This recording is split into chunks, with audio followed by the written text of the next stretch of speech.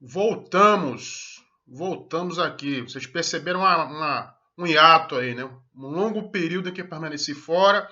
Eu andei ocupado, andei fazendo muita coisa, mas eu não me esqueci de vocês, das pessoas que estão inscritas aqui no canal, das pessoas que valorizam aqui o programa, tá certo?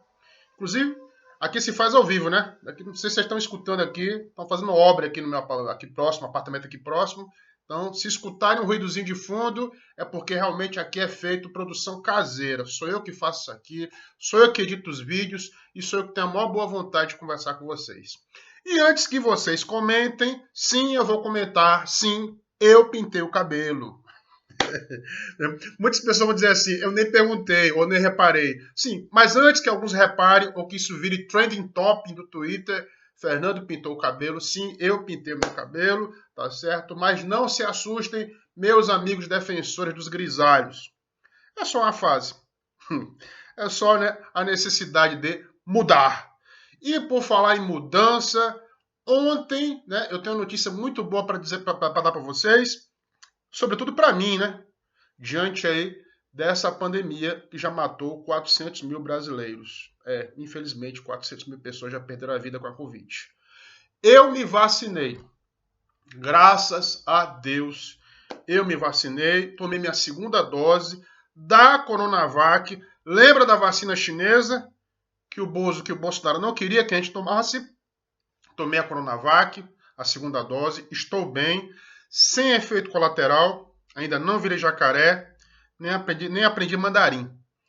O que seria interessante, né? Poder falar pelo menos mandarim. Mas não aprendi. Mas, reinaugurando então os trabalhos aqui no nosso canal, a gente vai fazer um pequeno giro da semana, tá certo? Para tratar de alguns assuntos aqui. Claro que a gente vai tratar de vírus. Tem que tratar de vírus, poxa. São 400 mil pessoas que já morreram. 400 mil. O Brasil e a Índia estão dando maus exemplos, maus e assustadores exemplos para o mundo inteiro. Enquanto os Estados Unidos de Biden se prepara para viver de fato o seu novo normal, com mais de 50% da sua população imunizada, aqui no Brasil a gente ainda capenga com 10% ainda. 10% da população que tomou a primeira dose. A primeira dose. E 5% que tomou a segunda dose, né? Com a Sputnik rejeitada pela Anvisa, né? E, né, o laboratório que faz a Sputnik processando o governo brasileiro, processando a Anvisa, né? Sobretudo por difamação. Quer dizer, então, nessa ciranda de notícias ruins, pelo menos para mim houve uma notícia boa, não é porque eu tive o privilégio, e de fato isso é triste falar isso, porque eu não deveria estar falando desta forma, mas, de fato, eu tive o privilégio de me vacinar. E eu sei o quanto isso é um privilégio, né? Eu gostaria muito que o benefício que eu tive ontem da vacina, que um governo não queria que essa vacina possa ser estendida o mais rápido possível a todos os brasileiros. Porque é isso que a gente está lutando hoje, né? É isso que a gente luta, para que todos os brasileiros tenham direito a essa vacina. Bom, fazendo então o nosso giro geral, vamos primeiro ver aqui, em dois minutinhos, o bate-boca entre o senador Renan Calheiros e os senadores da base aliada do presidente Bolsonaro. A CPI da Covid já começou, para demérito, para tristeza, para horror dos bolsonaristas, do Bolsonaro. A CPI da Covid começou e vamos dar uma olhadinha então no bate-boca que aconteceu no início dos trabalhos, em que o relator Renan Calheiros começa um verdadeiro, como dizia antigamente, um telecat, um verdadeiro UFC verbal com os senadores que defendem o Bolsonaro.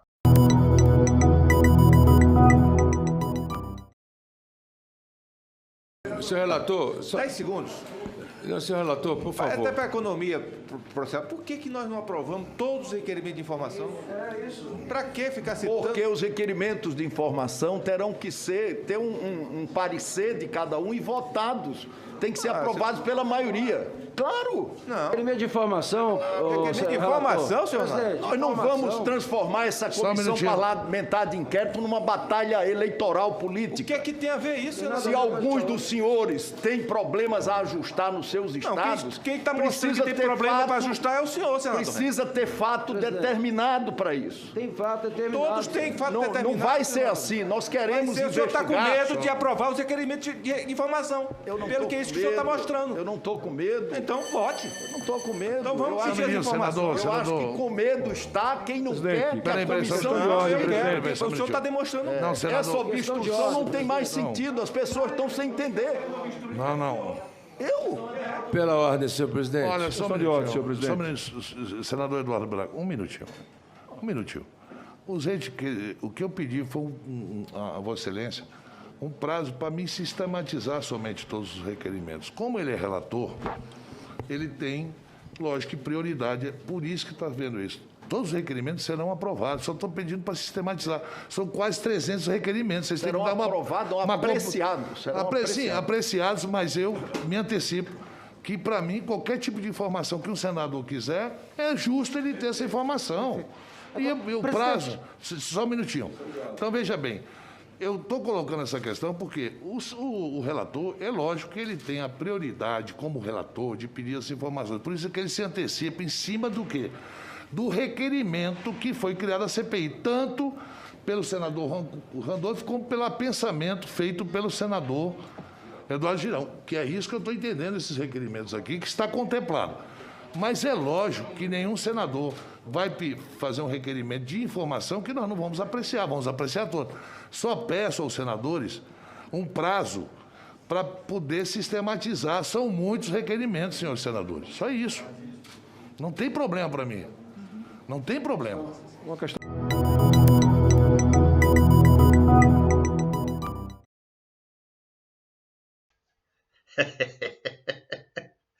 Essa treta entre o Ciro Nogueira, o senador Ciro Nogueira e o Renan Calheiros, né, ela é risível, né, ela é tragicômica, porque ela revela, né, tá lá, a fala lá do Renan Calheiros, né, tropa de choque aqui não, né, e o Ciro Nogueira, o senhor não é melhor do que ninguém, o senhor está nos desmerecendo. No final das contas, claro, muita gente vai dizer aqui, é o sujo falando do mal lavado. Ora, a gente sabe, né, do conjunto da obra do senador Renan Calheiros. Pelo menos quem acompanha o noticiário aqui na República nos últimos 5, 10 anos. Sabe, né, que o senhor Renan Calheiros, assim como o senhor Jader Barbalho, ambos pais de governadores, o Renan, pai do governador de Alagoas, e o Jader, né, ex-governador do Pará, pai do atual governador do Pará. Ambos são figuras ligadas à velha política. Aquela velha política lá, criticada, né, pelo Bolsonaro, que até então apareceu como novo, e para a extrema-direita, né, doutrinada, ainda aparece como novo, que novo também Bolsonaro não é, também é um velho político da velha política do baixo clero, com seu discurso radicalizado, mas o Renan representa, sim, a velha e grande política, aquela política clientelista, fisiológica, oligárquica, cheia de esqueletos no armário, cheia ali, né, de processos. Isso é inquestionável. Não é nenhum santinho que está ali na relatoria da CPI da Covid. Mas a CPI, não é, a Comissão Parlamentar de Inquérito, enquanto instituição, enquanto órgão do Congresso Nacional, do Poder Legislativo, prevista na Constituição Brasileira, foi instituída de forma soberana, inclusive com a chancela do Supremo Tribunal Federal, porque os senadores bolsonaristas tentaram por diversas vezes, né, os parlamentares de Bolsonaro, entre eles a deputada Carla Zambelli, tentaram de forma infrutífera, de forma mal sucedida, impedir essa CPI. Alegando, claro, né, que o senhor Renan, como tem filho governador, não poderia estar lá na CPI. Mas a grande realidade, meus amigos, meu amigo, minha amiga, meu camarada e minha camarada, é que os bolsonaristas são minoria na CPI da Covid. Claro, até porque eles não queriam essa CPI. E, claro, há necessidade, isso é uma necessidade não só no Brasil, há uma necessidade global. O Brasil deve ao mundo explicar como é que uma nação soberana, uma nação imensa, gigantesca como o Brasil, que tem um histórico bem sucedido de vacinações, né, deixou chegar o país com a pandemia do coronavírus ao ponto em que chegou, com mais de 400 mil pessoas mortas por Covid, a ponto de você ter hoje uma pesquisa, em pesquisas recentes, demonstrando que cada brasileiro acima dos 18 anos, cada brasileiro hoje, conhece ou tem algum parente, algum familiar ou amigo que morreu de Covid.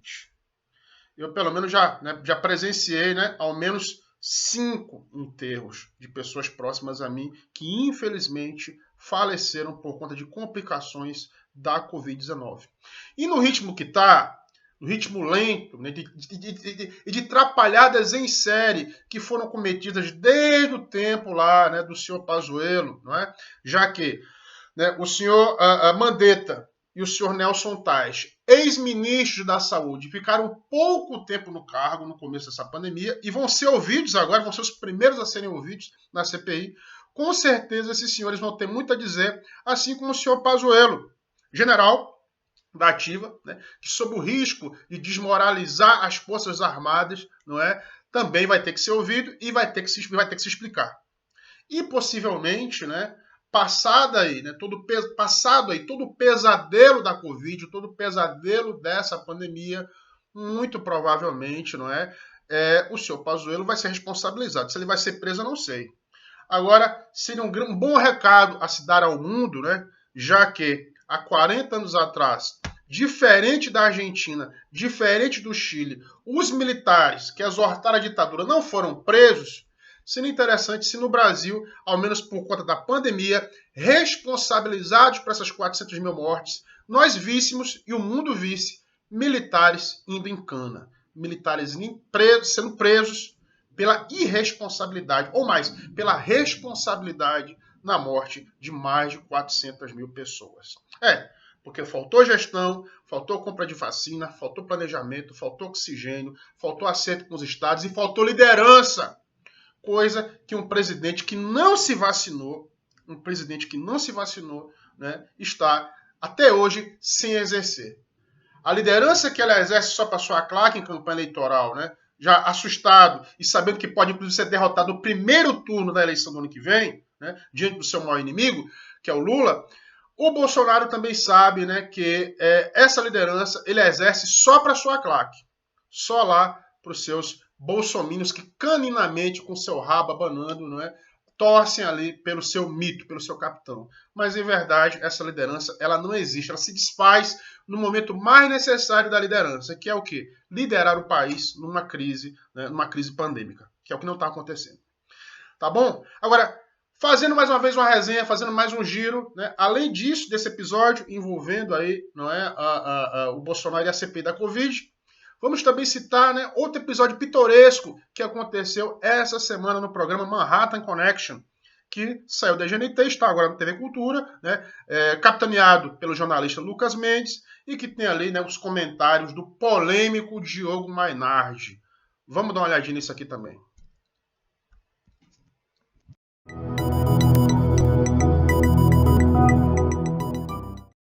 Um programa quase perfeito. Ele tem 3 pessoas extremamente preparadas, pessoas que vivem no mundo, e você tem um mal-humorado para poder falar, gritar, xingar. Isso tudo é alegria, faz parte. O humorista que tem mau humor é tradicional. Agora, que tem mau humor e não tem inteligência, aí vocês são muito corajosos. Muito obrigado pelo convite. Obrigado a você pela companhia. Como diria o Olavo de Carvalho. Um abraço, né?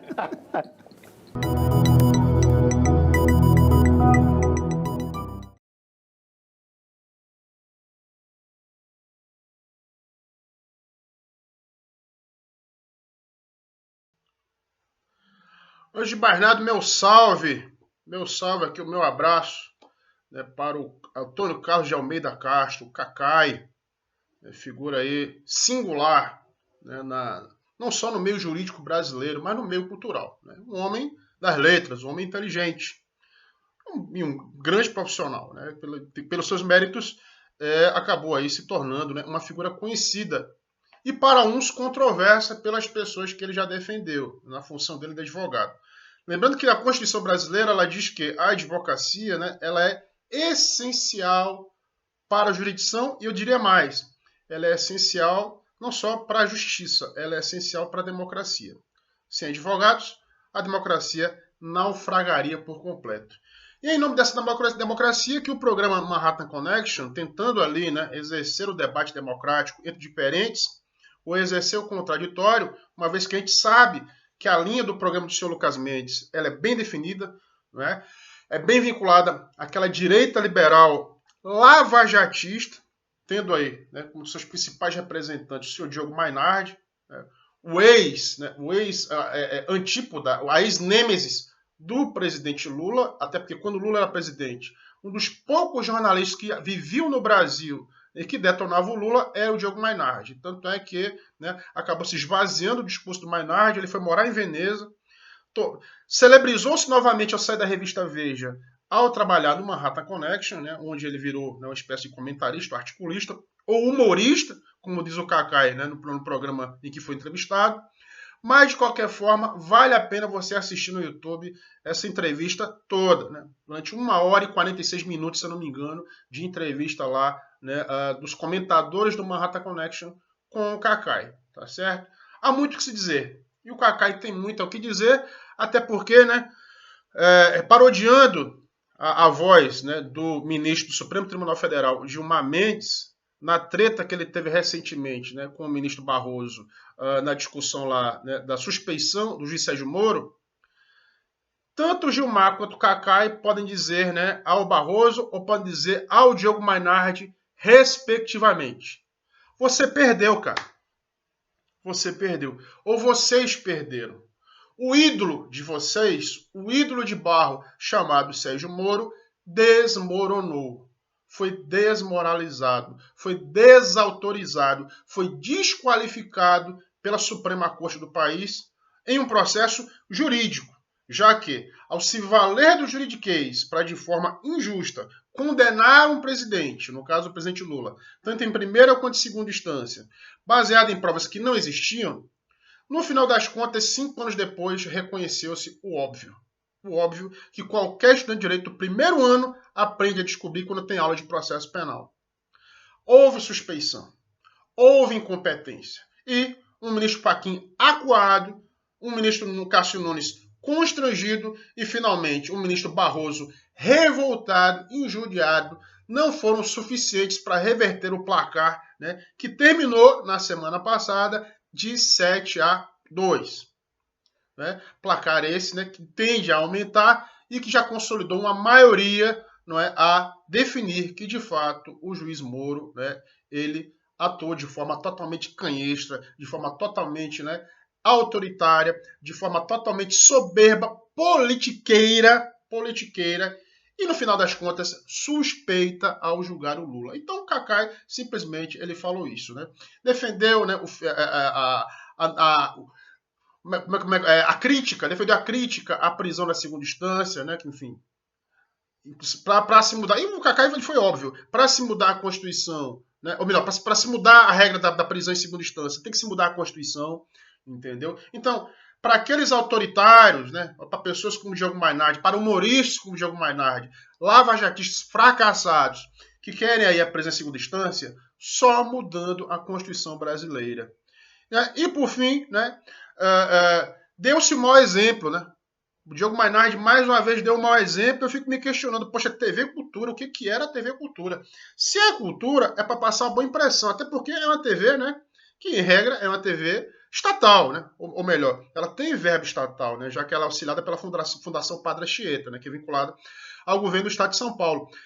A TV Cultura, né? Ela está baixando o nível cada vez mais, no momento que ela mantém um cara que, ao vivo, num programa, ele manda outra pessoa ao final do programa, né? Mesmo que, né, tenha havido ali, né, uma suspensão, interrupção do áudio, fica bem claro que ele insulta, né, o entrevistado, o Diogo Mainardi, o comentador do programa, insulta o entrevistado, insulta o Cacai, mandando ele tomar naquele lugar. Quer dizer, então, não precisa aqui repetir, né, a palavra chula, mas ela diz muito claro, né, em que nível está o Brasil.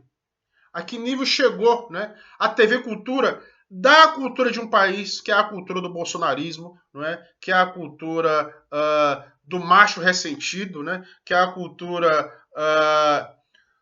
do neofascismo, protofascismo virulento, da cultura da violência verbal, da falta de educação. No final das contas é isso. Né? É simplesmente um período histórico de vírus e de empoderamento dos mal-educados. Essa que é a realidade. Os mal-educados se sentem empoderados a ponto de, no canal de televisão, exercer o auge da sua falta de educação, alegando que isso é liberdade de expressão, que isso é manifestação de revolta, que é de repúdio. Não é. É simplesmente falta de educação mesmo. É simplesmente falta de civilidade.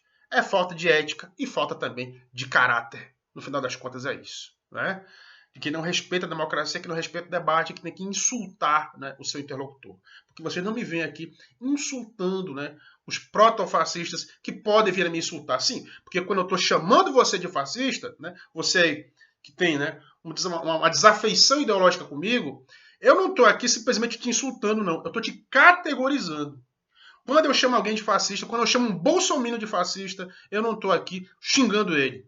Eu estaria xingando se eu dissesse que ele é isso, aquilo, tal, que a mãe dele que eu mandasse ele para aquele canto, como faz o Diogo Mainardi. Eu não faço isso. Na verdade, eu categorizo. Categorizo e explico. Porque ao ser fascista, você defende sim a intolerância, você defende a ideologia autoritária, você defende a violência contra seus opressores e você é contra o debate. Você nem conversa. Você nem conversa. Então, é esse o argumento que eu utilizo. E, claro, quando eu chamo alguém de fascista, pode ter certeza, não é insulto. É uma categorização. Eu estou lhe indicando, eu estou lhe denunciando na sua falta de tolerância, na sua truculência, que é como o Diogo Mainardi foi denunciado, né, da forma até bem-humorada, né, já que o Kaká ele tem essa forma poética e bem-humorada de se expressar. Denunciando de forma irônica e sarcástica um protofascista, né, por detrás de um humorista. Dizendo que, como jornalista, o Diogo Mainardi, na verdade, é um bom humorista. Beleza? E para concluir na nossa fala de hoje, vamos então à nossa dica de leitura.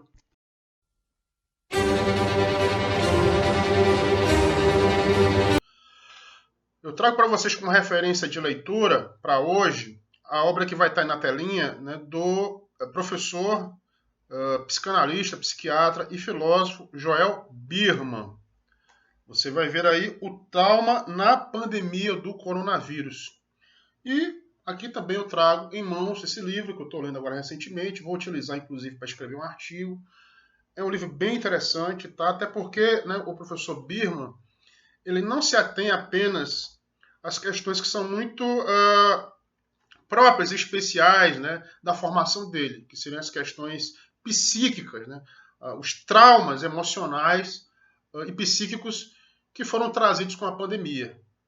E a infinitude de narrativas que nós temos aí de pessoas que não apenas foram contaminadas com vírus, pessoas que se contaminaram também de doenças mentais, né, que contraíram doenças mentais por conta aí da ansiedade, por conta das incertezas, por conta de ver num país como o Brasil, que eu acabei de citar há pouco, com mais de 400 mil mortes, e uma vacinação lenta, dando um péssimo exemplo para o mundo, né, com todas as incertezas e desacertos entre governos, entre o governo federal, entre governos estaduais, atritos entre governadores e prefeitos, entre governadores e o presidente, enquanto as pessoas morrem nos hospitais, né, ou, no mínimo, passam por péssimos ou maus bocados em respiradores. Então, não é só a ansiedade em relação a isso, mas a depressão, o isolamento, enfim, todas as doenças que podem surgir diante de uma pandemia, diante de um contexto totalmente inédito, de uma pandemia que não vimos aqui no mundo há mais de 100 anos. Então,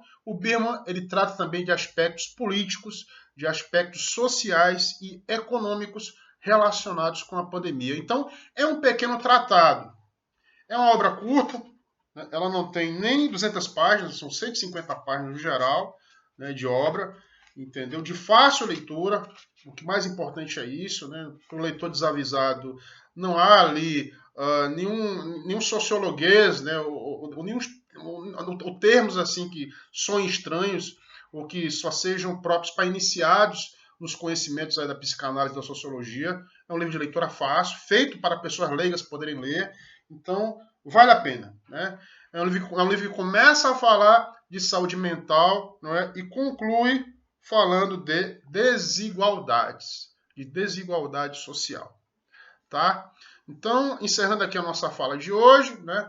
Mais uma vez, eu fico aqui feliz de poder retomar o programa, né? De poder aqui voltar a conversar com vocês, de voltar a compartilhar um pouco das minhas ideias, das minhas concepções. Vou tentar novamente manter o ritmo semanal que foi quebrado, né? Diante aí de uma série de tarefas que me surgiram aí nas últimas semanas. Tarefas essas que, inclusive, envolveram minha participação nas mídias, entrevistas, participação em programas, que foi muito legal também, foi muito interessante e foi muito rico, né, para mim, enquanto cidadão e enquanto militante social. Mas eu peço a você que está conhecendo esse canal agora, né, se já não se inscreveu, por favor, se inscreva, né, acione o sininho para poder receber notificações de novos programas aqui em nosso canal, compartilhe, né, divulgue, dê o seu like se você gostou da nossa resenha da semana que fizemos hoje. E, por favor, ajude a compartilhar a mídia militante, progressista e ativista desse país. Vamos ajudar a combater as fake news. Vamos aqui trabalhar a difusão do conhecimento. E para você, meu amigo, minha amiga, meu camarada e minha camarada, tenham todos um bom final de semana, apesar da pandemia.